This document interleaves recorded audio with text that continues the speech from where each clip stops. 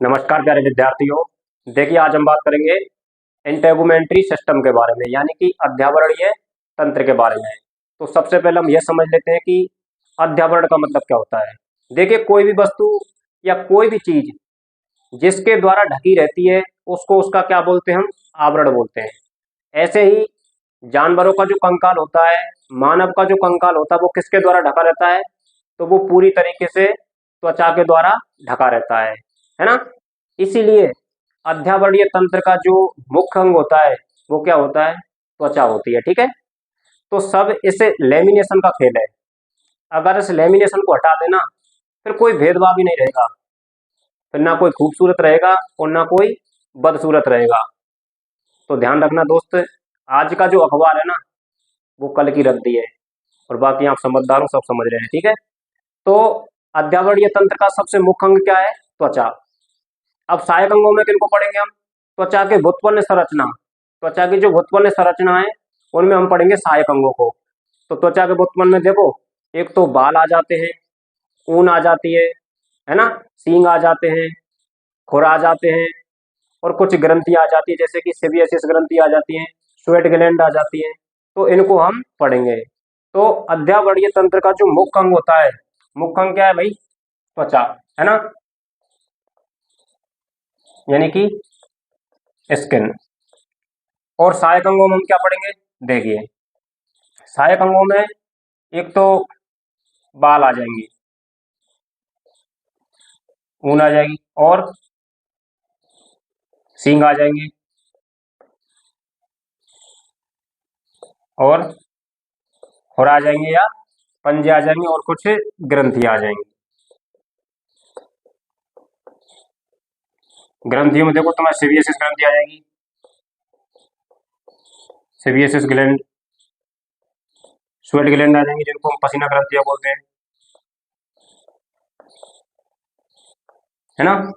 तो ये सहायक अंग हो गए। अब हम एक एक के बारे में पढ़ेंगे। देखो हमको इस चैप्टर में पढ़ना क्या है, पहले तो आप ये समझ लीजिए, हम पढ़े इंटेगुमेंट्री सिस्टम। और इंटेगुमेंट्री सिस्टम में हमको कौन कौन सी चीजों के बारे में पढ़ना है, एक तो त्वचा के बारे में पढ़ना है, और त्वचा की जो व्युत्पन्न संरचना है, जो त्वचा से उत्पन्न होती है, उनके बारे में पढ़ना है। ठीक है, तो त्वचा आ जाएगी। अब त्वचा से उत्पन्न संरचना कौन कौन सी होती है, त्वचा के ऊपर क्या पाए जाते हैं, बाल पाए जाते हैं, सींग पाए जाते हैं, खुर पाए जाते हैं, पंजे पाए जाते हैं, नाखून पाए जाते हैं, ग्रंथियां पाई जाती है, यही चीज तो पाई जाती है। तो इन सभी के बारे में हमको पढ़ना है। तो सबसे पहले हम बात किसकी करेंगे, त्वचा की बात करेंगे। ठीक है, तो हेडिंग डालिए आप, त्वचा। देखिए त्वचा, आप सभी जानते हैं कि जो त्वचा है वो जानवर के शरीर का, या ऐसे बोल सकते हैं कि शरीर का सबसे बड़ा अंग है ना। तो ये शरीर का सबसे बड़ा अंग है। और त्वचा का अध्ययन क्या कहलाता है, त्वचा का अध्ययन क्या कहलाता है, त्वचा को बोलते हैं हम डर्मिस। क्या बोलते हैं, डर्मिस। और त्वचा का अध्ययन क्या कहलाएगा, डर्मेटोलॉजी। क्या कहलाएगा, डर्मेटोलॉजी, डर्मेटोलॉजी कहलाएगा। ठीक है, त्वचा का अध्ययन क्या कहलाता है, डर्मेटोलॉजी कहलाता है। और बालों का अध्ययन क्या कहलाता है, बताओ, बालों का अध्ययन कहलाता है ट्राइकोलॉजी, ट्राइकोलॉजी कहलाता है बालों का अध्ययन। ठीक है, अब देखिए जो त्वचा होती है, त्वचा की कितनी परत होती है, 3 परत होती है, यानी कि मुख्य रूप से तो 2 परत होती है, लेकिन एक परत और होती है जिसको हम हाइपोडर्मिस बोलते हैं। तो त्वचा की कितनी परत होती है, 3 परत होती है। देखिए कौन कौन सी, एक तो होती है एपिडर्मिस, एपिडर्मिस, और दूसरी परत होती है डर्मिस, और तीसरी परत होती है हाइपोडर्मिस, हाइपोडर्मिस। आप पहले ये समझिए कि हमको पढ़ना क्या है ना, फिर हम एक एक के बारे में पढ़ेंगे। तो हम अब किसके बारे में पढ़ रहे हैं, हम पढ़ रहे हैं त्वचा के बारे में, है ना। और त्वचा है वो जानवर के शरीर का सबसे बड़ा अंग है। और त्वचा का अध्ययन क्या कहलाता है, त्वचा का अध्ययन कहलाता है डर्मेटोलॉजी। अब जब हम त्वचा पढ़ रहे हैं तो त्वचा की 3 परतें होती हैं। कितनी परतें होती हैं, 3 परतें होती हैं। एक तो डर्म एपिडर्मिस होती है जो सबसे बाहर की परत होती है, उससे निचली परत होती है डर्मिस, और सबसे नीचे की जो परत होती है वो कौन सी होती है, हाइपोडर्मिस होती है। तो हम एक एक के बारे में पढ़ेंगे। तो सबसे पहले हम किसकी बात करेंगे, एपिडर्मिस की। ठीक है, तो हेडिंग डालिए एपिडर्मिस।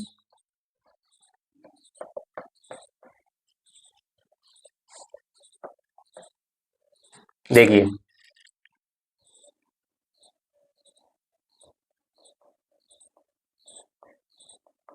एपिडर्मिस, यानी कि एपिडर्मिस होती है वो सबसे भारी परत होती है।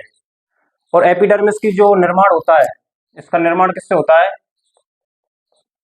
इसका निर्माण होता है एक्टोडर्म से। इसका निर्माण एक्टोडर्म से होता है। निर्माण एक्टोडर्म से होता है। एक्टोडर्म क्या है?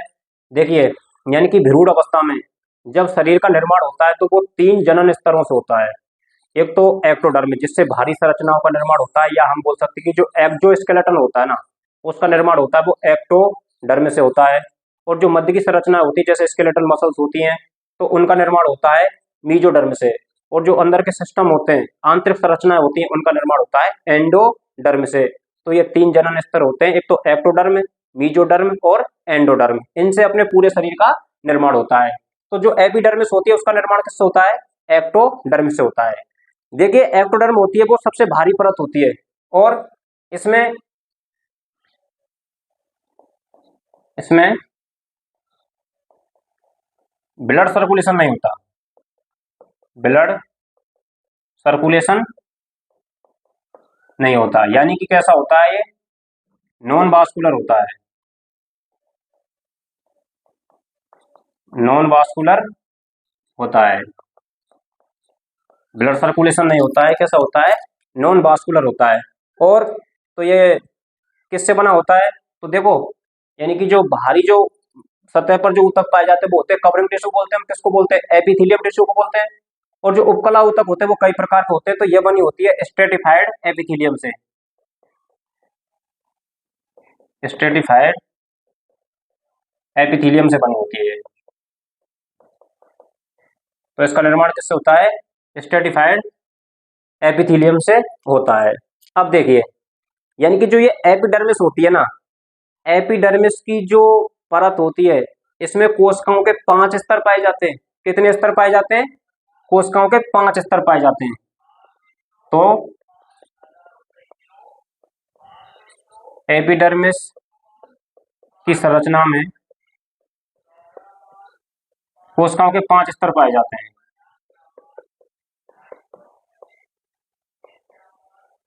कोशिकाओं के 5 स्तर पाए जाते हैं। कोशिकाओं के 5 स्तर पाए जाते हैं। बहुत इंपॉर्टेंट है ये स्तर, आपको ध्यान रखना है। तो देखिए, पहला जो स्तर होता है वो कौन सा होता है भाई? पहला होता है स्ट्रेटम। स्ट्रेटम जर्मिनेटिवम। जर्मिनेटिवम। अब ये स्ट्रेटम जर्मिनेटिवम होता है ना, इसको हम क्या बोलते हैं? हम मेलपीगी स्तर भी बोलते हैं। क्या बोलते हैं? मेलपीगी स्तर भी बोलते हैं इसको। अब ये जो मेलपीगी स्तर होता है ना, ये इसमें पाई जाती है मिलेनोसाइट कोशिकाएं। क्या पाई जाती है इसमें? मिलेनोसाइट कोशिकाएं पाई जाती हैं, जो मेलेनिन नाम का एक पिगमेंट होता है उसको स्रावित करने का काम करती हैं। फिर ये मेलेनिन क्या करता है? तो भाई ये त्वचा और जो बाल होते हैं ना, उनके काले रंग के लिए ये जिम्मेदार होता है। त्वचा और बालों के काले रंग के लिए ये जिम्मेदार होता है। और क्या काम करता है? यानी कि जो यूवी रेज आती है ना, अल्ट्रावायलेट रेज, उनसे भी त्वचा की ये सुरक्षा करने का काम करता है। कौन सा स्तर? स्ट्रेटम जर्मिनेटिवम। तो इसमें इसमें मिलिनोसाइट कोशिकाएं पाई जाती हैं।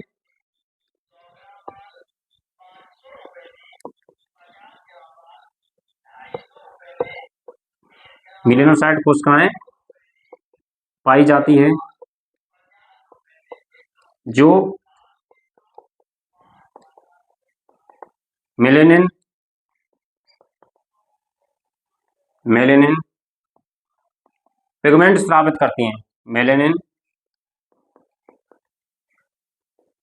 पिगमेंट स्रावित करती हैं। तो ये मेलेनिन क्या करता है? त्वचा और बालों के काले रंग के लिए जिम्मेदार होता है। जो त्वचा एवं बालों के काले रंग के लिए जिम्मेदार होता है ना। तो सबसे ज्यादा मेलेनिन किसमें पाया जाता है? जो काले होंगे उनमें ही पाया जाएगा, है ना। तो भैंस के कितनी भी फेयर लवली लगा दो आप, वो काली रहेगी। क्यों? क्योंकि भगवान ने उसमें मेलेनिन पहले से ही भर रखा है, ठीक है। तो कितनी भी क्रीम लगा दो और कितना कुछ भी लगा लो, फिर वो काली रहेगी, कोई दिक्कत नहीं है, ठीक है। प्रकृति की देन है, इसके साथ खिलवाड़ नहीं करनी चाहिए, जो जैसा है ना बढ़िया अपनी जगह पर। तो कहने का मतलब यह है कि जो स्ट्रेटम जर्मिनेटिवम होता है, इसमें क्या पाई जाती है? मिलिनोसाइट कोशिकाएं पाई जाती है, जो मेलेनिन नाम का एक पिगमेंट होता है उसको स्रावित करती हैं। अब ये मेलेनिन पिगमेंट क्या करता है? बालों और त्वचा के काले रंग के लिए जिम्मेदार होता है और त्वचा को यूवी रेस से भी बचाता है तथा यूवी रेज से त्वचा की सुरक्षा करता है भाई, है ना। त्वचा की सुरक्षा करता है। लिख लेना, आप नोट्स बना सकते हो आसानी से, ठीक है, कोई दिक्कत नहीं। अब देखिए, ये पहला स्तर हो गया। दूसरा स्तर पाया जाता है स्ट्रेटम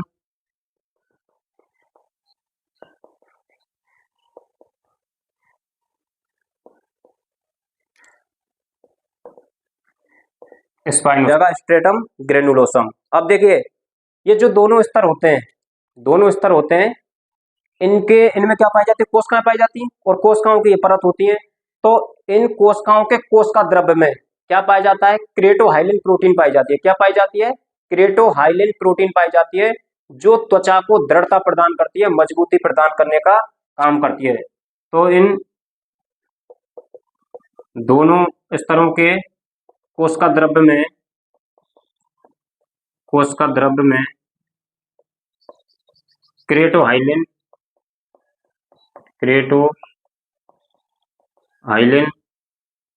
प्रोटीन पाई जाती है। क्रेटोहाइलिन प्रोटीन पाई जाती है, जो त्वचा को मजबूती प्रदान करती है या दृढ़ता प्रदान करती है, ठीक है ना। तो हम पढ़ रहे हैं क्या?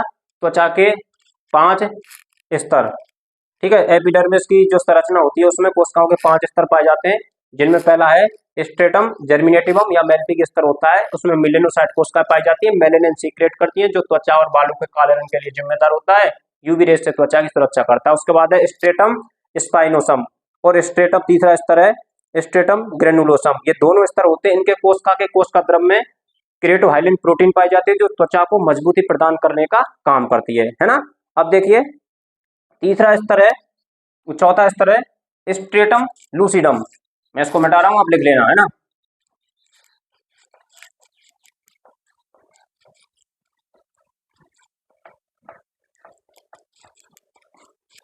Stratum lucidum. तो चौथा स्तर है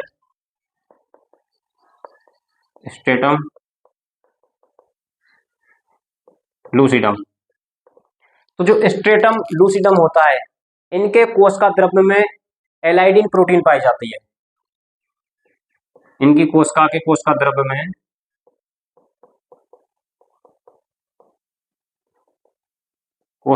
में एलाइडिन एलाइडिन प्रोटीन पाई जाती है। एलाइडिन प्रोटीन पाई जाती है। क्या काम करती है भाई? ये पदार्थों के आवागमन को नियंत्रित करने का काम करती है। यह पदार्थों के आवागमन को नियंत्रित करती है। पदार्थों के आवागमन को नियंत्रित करती है, इसलिए इसे रोधक स्तर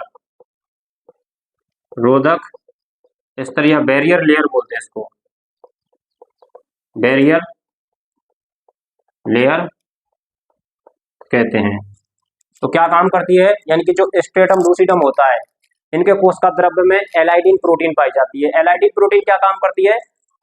यानी कि पदार्थों के आवागमन को नियंत्रित करती है। यानी कि कहने का मतलब यह है, यानी कि जो रासायनिक पदार्थ होते हैं, टॉक्सिक पदार्थ होते हैं, हानिकारक पदार्थ होते हैं, उनको त्वचा के अंदर आने नहीं देती है ना। तो पदार्थों के आवागमन को नियंत्रित करने का काम करती है। यानी कि जो लाभदायक पदार्थ होंगे उनको तो आने देगी, और अपशिष्ट पदार्थ होंगे उनको निकालने का काम करेगी, हानिकारक पदार्थों को आने नहीं देगी। ठीक है, तो यह काम किसका है? स्ट्रेटम लूसिडम का। अब अपना जो पांचवा स्तर है वो है भाई स्ट्रेटम कोरियम।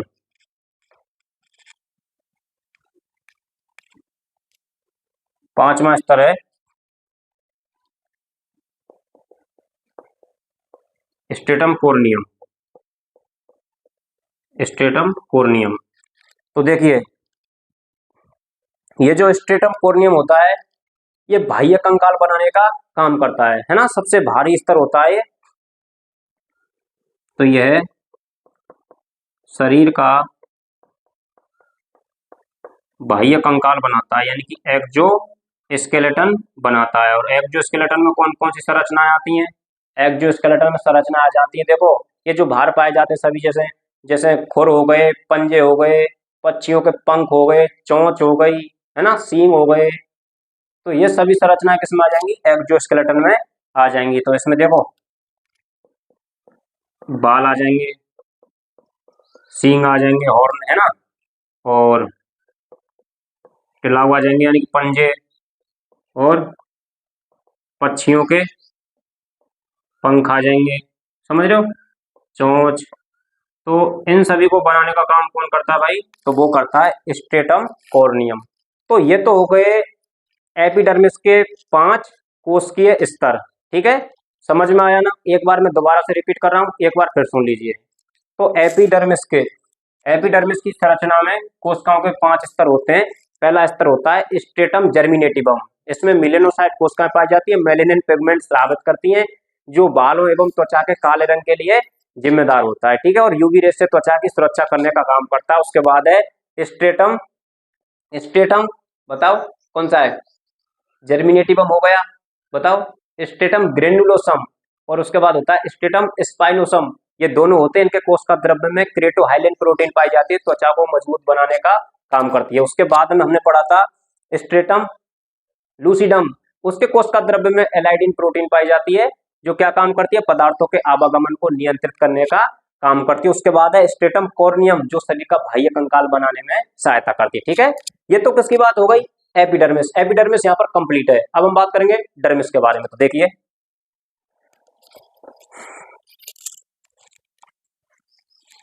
अब हम बात करेंगे भाई डर्मिस के बारे में।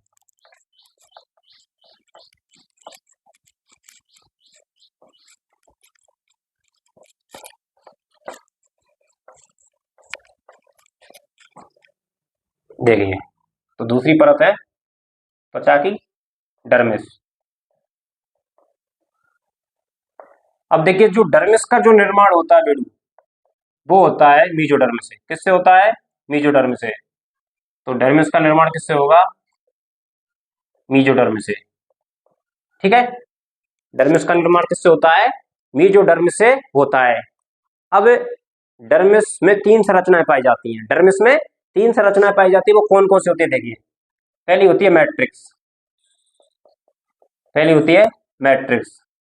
दूसरी संरचना पाई जाती है connective tissue cells. Connective tissue cells पाए जाते हैं। ठीक है, कनेक्टिव टिश्यू सेल्स। तो कनेक्टिव टिश्यू यानी कि संयोजी ऊतक कोशिकाएं पाई जाती हैं। संयोजी ऊतक कोशिका में कौन कौन सी कोशिकाएं पाई जाती है? अब देखिए देखिए इनमें इसमें एक तो मस्ट सेल्स पाई जाती हैं, मस्ट सेल्स पाई जाती हैं, और हिस्टियोसाइट पाई जाती हैं, हिस्टियोसाइट्स पाई जाती हैं, और फैगोसाइट्स पाई जाती हैं, और फाइब्रो ब्लास्ट सेल्स पाई जाती हैं। ठीक है भैया, ये पाई जाती है। मस्ट सेल्स क्या होती हैं? मस्ट सेल्स ऐसी कोशिकाएं होती है जो हिस्टामिन स्रावित करने का काम करती हैं। अब ये हिस्टामिन क्या होता है? हिस्टामिन ऐसा पदार्थ होता है जो शरीर में एलर्जी उत्पन्न करने का काम करता है। देखिए, जब आपको कहीं भी मक्खी, मच्छर या मधुमक्खी काट लेती है तो वहां पर क्या आ जाती है, तुरंत सूजन आ जाती है ना, सूजन आ जाती है ना। तो वो सूजन किसकी वजह से आती है, हिस्टामिन की वजह से आती है ना। तो वो किसकी वजह से आती है, हिस्टामिन की वजह से आती है। और हिस्टामिन को स्रावित करने का काम कौन करती है, ये मस्ट सेल्स करती हैं। एक और करती है बेसोफिल, वो तो हम फिजियोलॉजी में पढ़ेंगे, ठीक है। हिस्टियोसाइट कोशिकाएं क्या होती है, ऊतक कोशिकाएं होती है ना। फैगोसाइट्स क्या होती है, फैगोसाइट भक्षाणु कोशिकाएं होती हैं, जो भक्षण करने का काम करती हैं। शरीर के प्रत्येक अंग में भक्षाणु कोशिकाएं पाई जाती है, जैसे कि ब्लड में पाई जाती है मोनोसाइट, है ना। ब्लड में कौन पाई जाती है, ओस्टियोक्लास्ट पाई जाती है।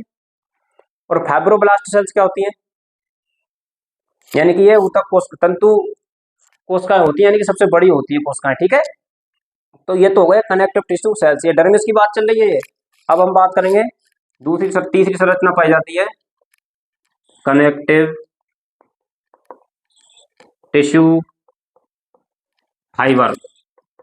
फाइबर मतलब तंतु, है ना। तो संयोजी ऊतक तंतु, संयोजी ऊतक तंतु, है ना। तो देखिए इसमें एक तो वाइट वाइट या कोलेजन फाइबर,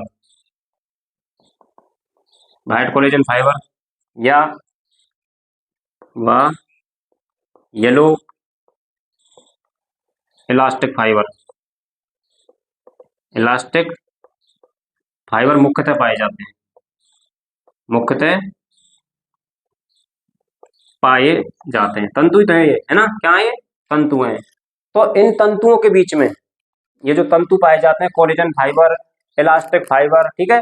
तो इन तंतुओं के बीच में बात चले किसकी, डर्मिस की। इन तंतुओं के बीच में, जंतुओं के बीच में नहीं, इन तंतुओं के बीच में,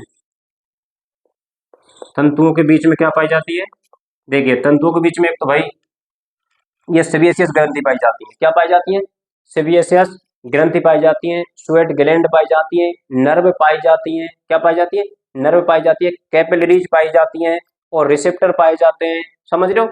तो ये सभी संरचना होती है वो इनके बीच में पाई जाती है। तो कौन कौन सी पाई जाती है, देखिए एक तो नर्व पाई जाती है, तंत्रिका पाई जाती है, रिसेप्टर पाए जाते हैं, यानी कि संवेदन, है ना। और क्या पाए जाते हैं, कैपिलरीज पाई जाती हैं, ब्लड कैपिलरीज, यानी कि केशिकाएं पाई जाती हैं, और पसीना ग्रंथियां पाई जाती हैं जिनको क्या बोलते हैं, स्वेट ग्लैंड, और सीबीएसएस ग्रंथियां पाई जाती हैं, सीबीएसएस ग्लैंड पाई जाती है, ठीक है। और हेयर फॉलिकल पाए जाते हैं, हेयर फॉलिकल। तो ये जो संरचनाएं होती हैं वो कनेक्टिव टिश्यू फाइबर में पाई जाती है। एक बार दोबारा से देखिए, हम बात कर रहे हैं डर्मिस की। डर्मिस का निर्माण किससे होता है, त्वचा की परत है दूसरी कौन सी, डर्मिस। डर्मिस का निर्माण होता है मीजोडर्मिस से। तो डर्मिस में 3 संरचना पाई जाती है। इनके अलावा जो पाया जाता है उसको क्या बोलते हैं, मैट्रिक्स बोलते हैं। इनके अलावा जो कुछ पाया जाता है उसको क्या बोलते हैं, मैट्रिक्स बोलते हैं। एक पाए जाते हैं connective tissue cells, connective tissue cells यानी कि संयोजी ऊतक कोशिकाएं पाई जाती है, जिनमें मास्ट सेल्स पाई जाती हैं, हिस्टियोसाइट पाई जाती हैं, फैगोसाइट्स पाई जाती हैं, और फाइब्रोब्लास्ट कोशिकाएं पाई जाती हैं। उसके बाद पाए जाते हैं फाइबर यानी कि तंतु पाए जाते हैं, संयोजी ऊतक तंतु। इनमें एक तो वाइट या कोलेजन फाइबर पाए जाते हैं, या फिर एक येलो इलास्टिक फाइबर पाए जाते हैं। तो इन तंतुओं के बीच में भी एक तो नर्व पाई जाती है, तंत्रिका होती है ना, तंत्रिकाओं की आपूर्ति होती है ना। रिसेप्टर होते हैं, रिसेप्टर में अभी आपको आगे करवाऊंगा। कैपिलरीज पाई जाती है, छोटी छोटी ब्लड केशिकाएं, है ना। स्वेट ग्लैंड पाई जाती है, पसीना ग्रंथियां, पसीना आता है वो कहां से आता है, इनसे ही आता है। और सेबियसियस ग्रंथियां पाई जाती हैं, और हेयर फॉलिकल पाए जाते हैं, ठीक है। तो ये किसकी बात हो गई, डर्मिस की बात। अब त्वचा की तीसरी परत है हाइपोडर्मिस। तो देखिए तीसरी को भी देख लेते हैं भाई, जब 2 देख लिए तो, है ना। जब करण आ गया है तो अर्जुन भी आएगा, टेंशन मत लो बिल्कुल।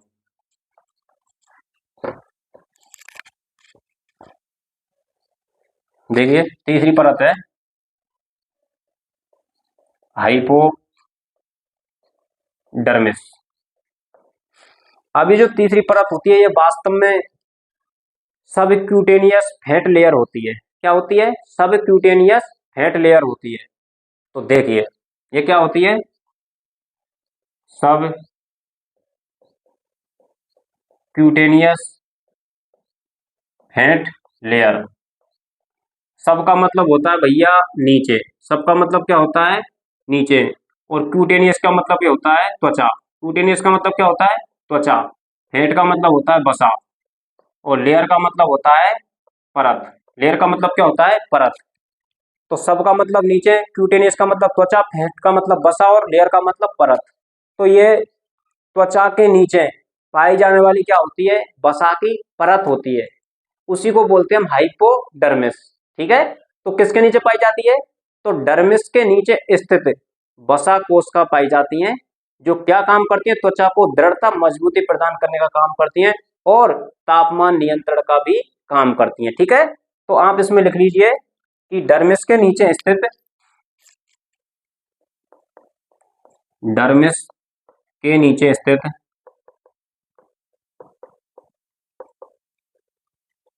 वसा कोशिकाओं का,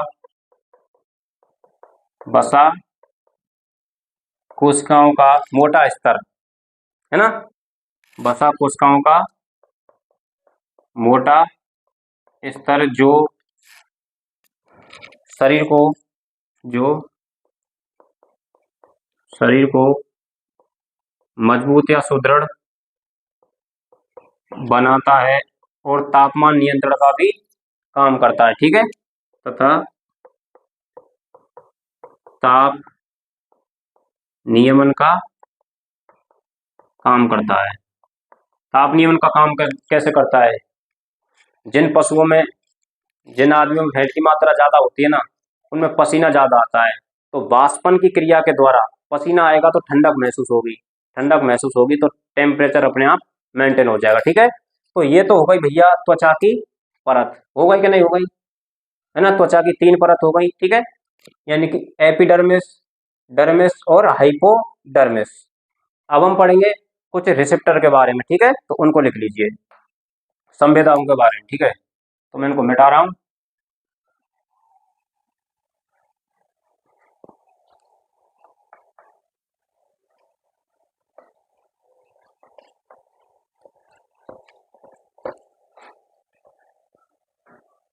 तो देखिए,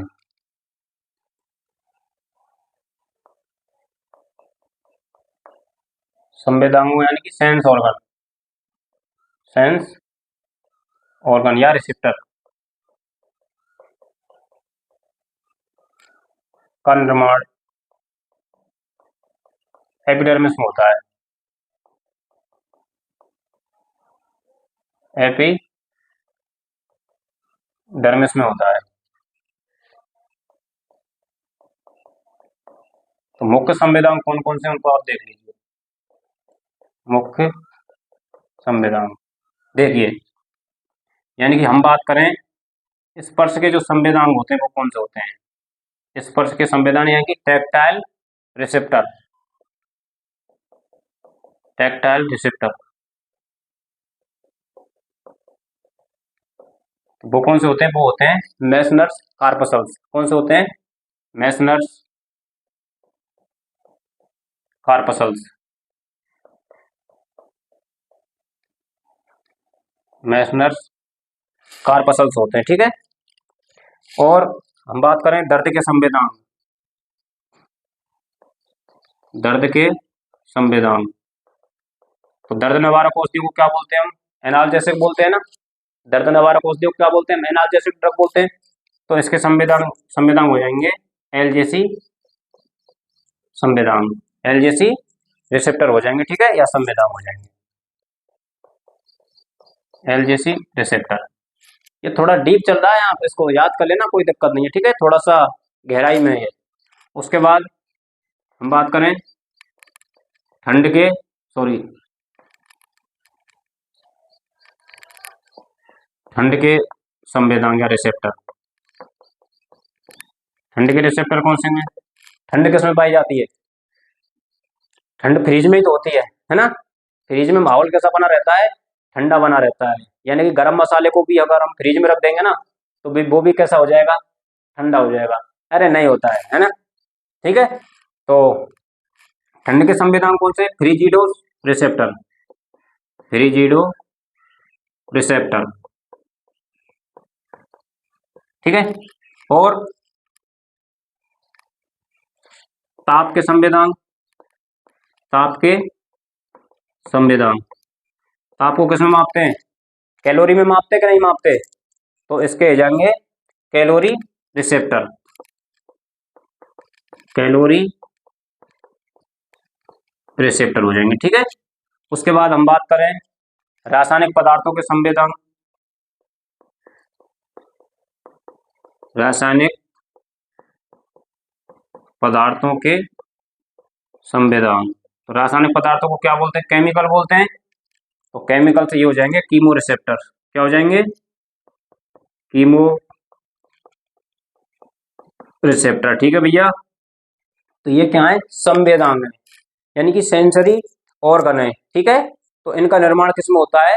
एपिडर्मिस में होता है, यानी कि जो हमको जो महसूस होता है ना, वो इनकी वजह से महसूस होता है। दर्द एलजेसी रिसेप्टर की वजह से, ठंड फ्रिजिडो रिसेप्टर की वजह से, ताप कैलोरी रिसेप्टर की वजह से, रिसेप्टर है ये, ठीक है। तो स्पर्श के लिए यानी कि टैक्टाइल रिसेप्टर है वो कौन से हैं? मेसनर्स कार्पसल्स। और दर्द के जो संवेदांग है वो क्या है? एलजेसी रिसेप्टर हैं। और ठंड के जो संवेदांग है वो क्या है? फ्रिजिडो रिसेप्टर्स। और ताप के जो संवेदांग है वो है कैलोरी रिसेप्टर। और रासायनिक पदार्थों के संवेदांग है वो क्या है? क्या है? कीमो रिसेप्टर, ठीक है। तो ये हो गए अपने मुख्यतः शरीर में पाए जाने वाले रिसेप्टर।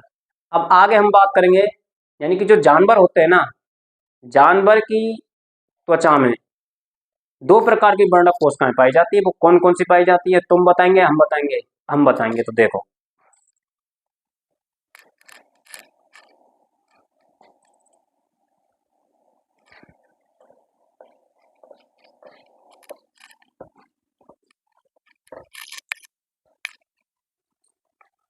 तो हेडिंग डालिए भाई, जंतुओं में, जंतुओं में दो प्रकार की वर्णक कोशिकाएं पाई जाती हैं, पिगमेंटेड सेल पाई जाती हैं। वर्णक कोशिकाएं पाई जाती हैं, दो प्रकार की वर्णक कोशिकाएं पाई जाती है। देखिए कौन कौन सी होती हैं। तो पहली है भाई क्रोमेटोफोर, क्रोमेटोफोर,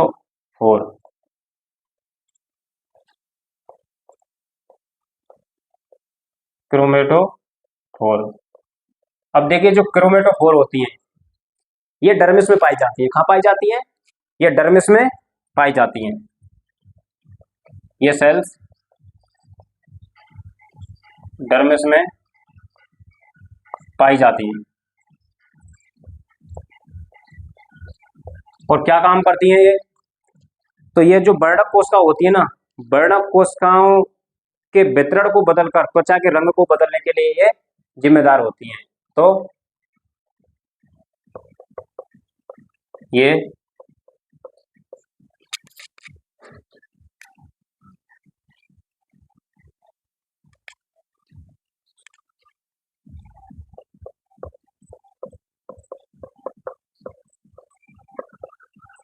कणिकाओं का वितरण बदलकर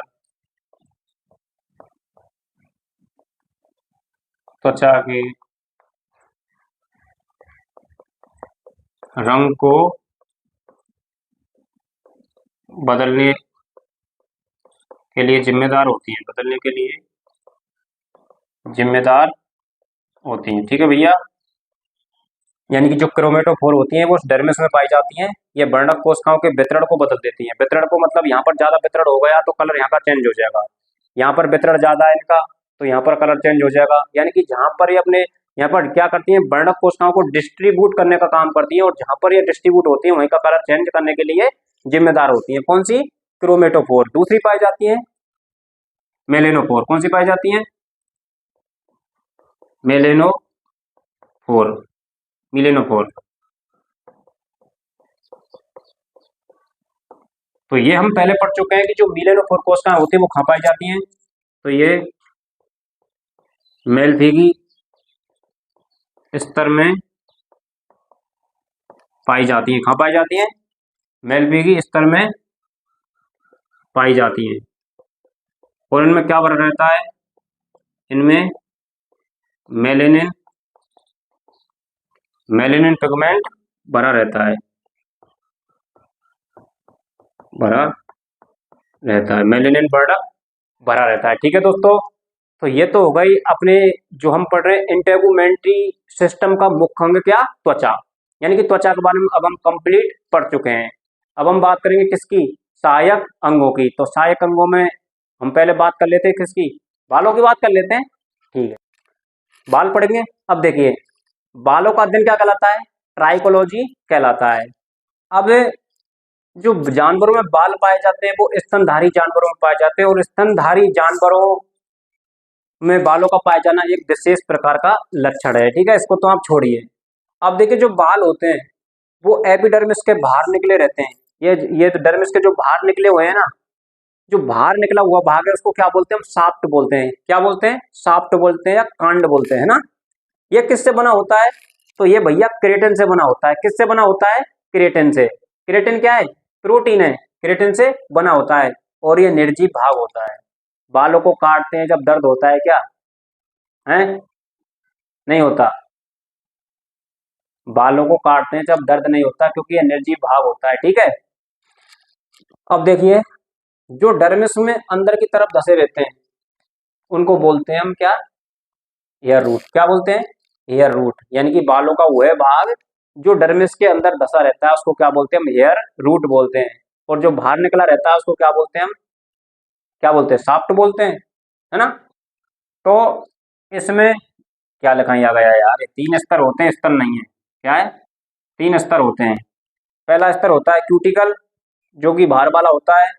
मध्य वाला होता है कॉर्टेक्स, अंदर वाला भाग होता है उसको बोलते हैं हम मेडुला। ठीक है, अब देखिए कार्य क्या है, एक तो ये स्पर्शांग का काम करते हैं। स्पर्शांग है जैसे कि थूथनों पर पाए जाते हैं, नाक पर पाए जाते हैं, त्वचा पर पाए जाते हैं, तो स्पर्श का काम करते हैं। ठीक है, और सबसे अच्छा काम है इनका थर्मो रेगुलेशन का काम करते हैं, यानी कि तापमान नियमन का काम करते हैं। ठीक है, अब देखिए हम बात करें खुर की, तो खुर का निर्माण होता है, हम पहले ही पढ़ चुके हैं जब हमने अगले पैर की हड्डी और पिछले पैर की हड्डी पढ़ी थी। तो खुर का निर्माण किससे होता है, थर्ड फैलेंजस से होता है। किससे होता है, थर्ड फैलेंज से होता है।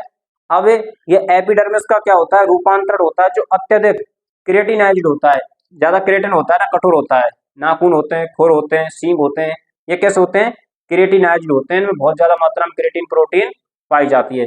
ठीक है, तो खुर के भी 3 भाग होते हैं। ऊपर वाला भाग होता है उसको बोलते हैं पेरियोपल, बीच वाला भाग होता है उसको बोलते हैं वाल, जो नीचे वाला भाग होता है उसको बोलते हैं सोल। ठीक है, 3 भाग होते हैं। अब देखिए, आर्टियोडेक्टाइल क्या होता है, आर्टियोडेक्टाइल के अंतर्गत वे जानवर आते हैं जिनमें विभाजित खुर पाए जाते हैं, विभाजित खुर पाए जाते हैं, विभाजित खुर पाए जाते हैं। ठीक है, घोड़ा होता है उसमें विभाजित खुर नहीं पाए जाते हैं, गधा होता है उसमें भी नहीं पाए जाते, और खच्चर में तो बिल्कुल नहीं पाए जाते। घोड़ा, गधा और खच्चर होते हैं उनमें विभाजित खुर नहीं पाए जाते, लेकिन गाय, भैंस, भेड़, बकरी, सूअर होते हैं, इनमें विभाजित खुर पाए जाते हैं, इनको बोलते हैं आर्टियोडेक्टाइल। ठीक है, तो ये तो बात हो गई किसकी, बाल और खुर की। अब हम बात करेंगे ग्रंथियों के बारे में ना, जो सहायक ग्रंथि कौन कौन सी होती हैं। देखिए, ये तो स्वेट ग्लैंड, स्वेट ग्लैंड इनको बोलते हैं हम पसीना ग्रंथियों को बोलते हैं, जिनसे पसीना निकलता है। तो देखिए, ये एपोक्राइन प्रकार की पसीना ग्रंथियां होती हैं। एपोक्राइन का मतलब ये होता है, यानी इनका स्राव होता है वो ऊपरी सिरे से खुलता है ना। तो ये एपोक्राइन प्रकार की क्या होती है, पसीना ग्रंथियां होती हैं। देखिए, ये किस में सहायक होती हैं, तो ये उत्सर्जन में सहायक होती है। किस में सहायक होती हैं, उत्सर्जन में सहायक होती हैं। क्यों, क्योंकि इनमें देखो अमोनिया, यूरिया, लवण व 2 से 3% CO2 का क्या करती हैं, ये उत्सर्जन करती हैं। इनसे जलीय लवण युक्त पसीना बाहर निकलता है, निकलता है, सभी जानते हैं।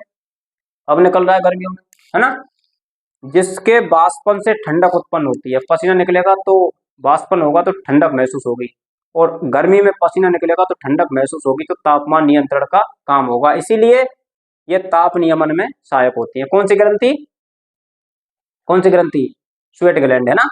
तो देखिए, एक तो पोल्ट्री, सुअर और खरगोश, पोल्ट्री, सुअर और खरगोश, इनमें पसीना ग्रंथियां होती हैं वो अनुपस्थित होती हैं, ये आपको ध्यान रखना है। उसके बाद है सेबेसियस ग्लैंड।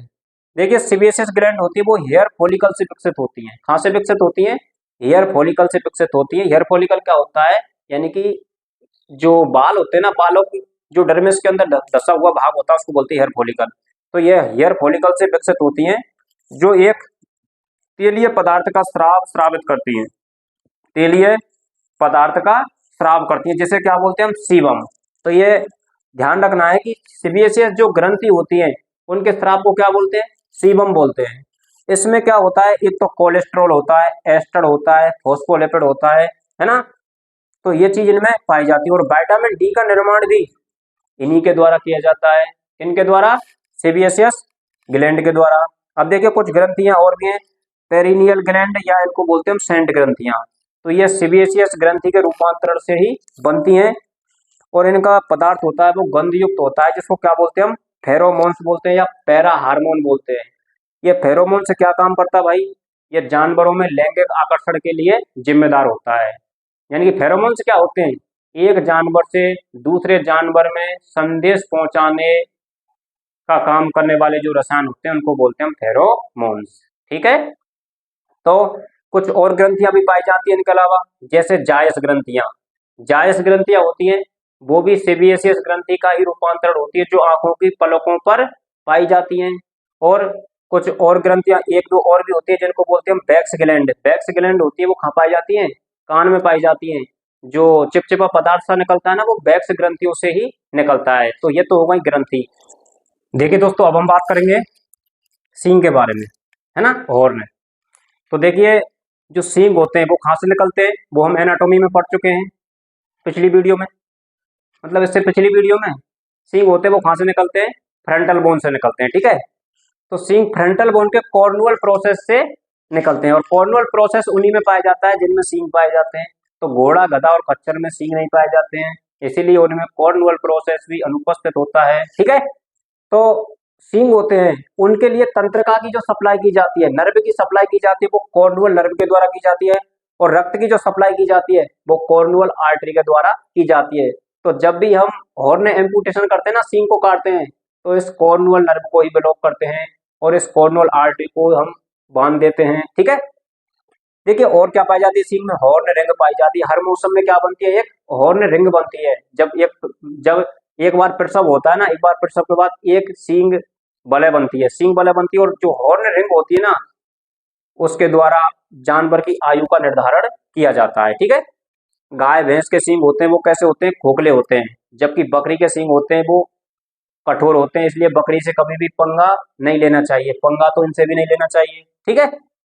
और देखिए होता क्या है कि जो डीवर्डिंग की क्रिया में कोरियम जब बनने लगता है ना, जैसे सींग निकलता है, उसको बोलते हैं कोरियम। कोरियम जब बनने लगता है तो इसे नष्ट किया जाता है, किसके द्वारा, या तो गर्म छड़ के द्वारा नष्ट करेंगे, इलेक्ट्रिक डीहॉर्नर के द्वारा। उसका तापमान होता है वो कितना होता है भैया, बताओ, 1000 डिग्री फ़ारेनहाइट 10 सेकंड के लिए।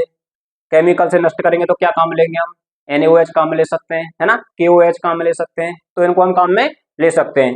देखिए अब हम बात करें त्वचा के कार्यों की, तो त्वचा का क्या कार्य होता है, एक तो रोगाणुओं और रसायनों आदि से सुरक्षा का काम करती है। जो रोगाणु होते हैं उनको अंदर आगे आने नहीं देती है। जो बैरियर स्तर पढ़ा था ना हमने, रोधक स्तर, कौन सा, स्ट्रेटम लूसिडम, वही काम करता है ये। थर्मो रेगुलेशन में सहायक होती है। पसीना निकलता है तो बाष्पन होता है, बाष्पन होता है तो ठंडक महसूस होती है। फेरोमोन्स का निर्माण करती है। फेरोमोन्स क्या होते हैं, एक जानवर से दूसरे जानवर में संदेश पहुंचाने के लिए छोड़े जाने वाले रसायन, उनको बोलते हैं फेरोमोन्स, है ना। सेंट ग्रंथियों के द्वारा छोड़े जाते हैं, लैंगिक आकर्षण के लिए जिम्मेदार होते हैं और घाव भरने में सहायक होते हैं। यानी कि जो शरीर होता है, पूरा शरीर में कौन सी कोशिकाएं पाई जाती हैं, सोमेटिक सेल पाई जाती हैं, गेहक कोशिकाएं पाई जाती हैं, जिनमें समसूत्री विभाजन होता है। और समसूत्री विभाजन होता है उस क्या है, घाव भरने के लिए, शरीर की वृद्धि के लिए जिम्मेदार होता है। और लोकोमोशन में सहायक होती है, गति में सहायक होती है। ठीक है दोस्तों, तो ये हो गया अपना इंटेगुमेंट्री सिस्टम, यानी कि अध्यावरणीय तंत्र। तो अगर आपने वीडियो को पूरा देखा है ना, तो उसके लिए आपका बहुत बहुत धन्यवाद।